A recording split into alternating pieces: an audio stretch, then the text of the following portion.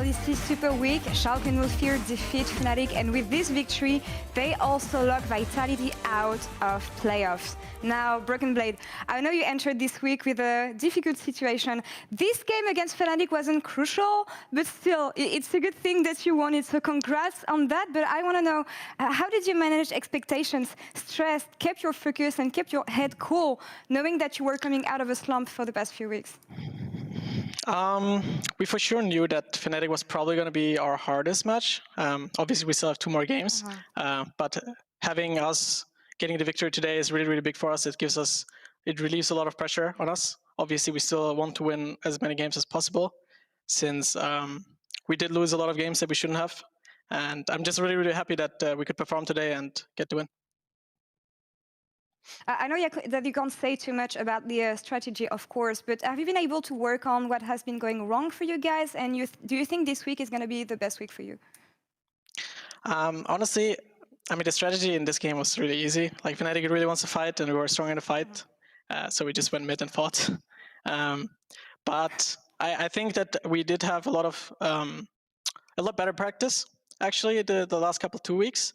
And yeah, I believe that we will still show a good performance in the next upcoming games. Yeah. That is very good to hear that you had good training at home, and you have 2 remaining opponents, which are going to be Excel and Vitality. But before jumping on that, I guess that you can imagine that you got the player of the game here today, playing Urgot, which was actually the very first Urgot played this year in the LEC. So talk me through the draft. Why did you think this champion was so good here? And can it actually find a place in the meta? I think it is pretty strong right now. Actually, if you can get through the early game, I think the early game is like the hardest part of that champ.